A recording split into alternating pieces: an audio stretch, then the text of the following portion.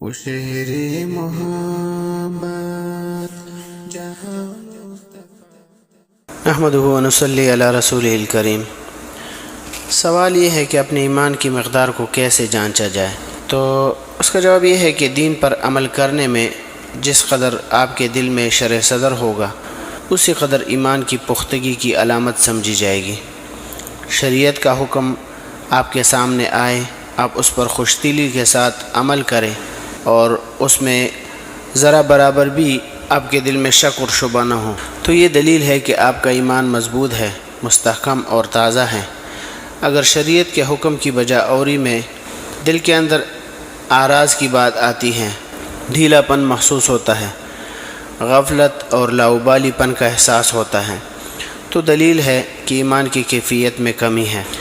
جیسے کہ حدیث میں ہے، عن ابی امامۃ رضی اللہ عنہ ان رسول اللہ صلی اللہ علیہ وآلہ وسلم سألہ رجل فقال یا رسول اللہ ما الایمان؟